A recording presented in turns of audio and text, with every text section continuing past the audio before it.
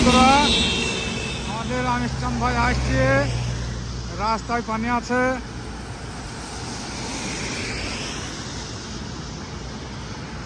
গাড়ি থেকে নামছি, দেখো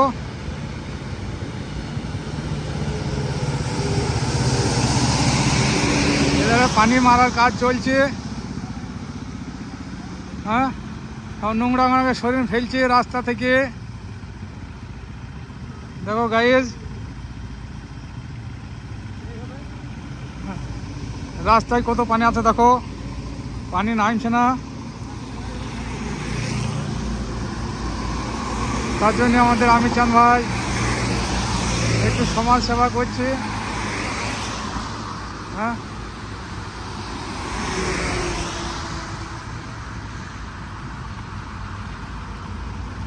আপনারা দেখেন।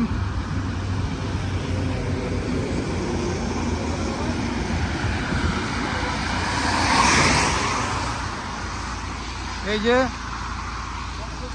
রাস্তার মধ্যে পানি কত দেখছো, গোটা রাস্তায় পানি।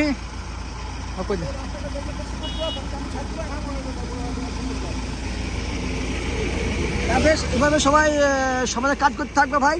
তো রাস্তায় নোংরা পানি জমে ছাড় দেবা, আমি তো ছাড় দেওয়ার চেষ্টা করলাম। ঠিক আছে, সবাই ভালো থেকে এবং শেষে আরো বেশি। ওকে।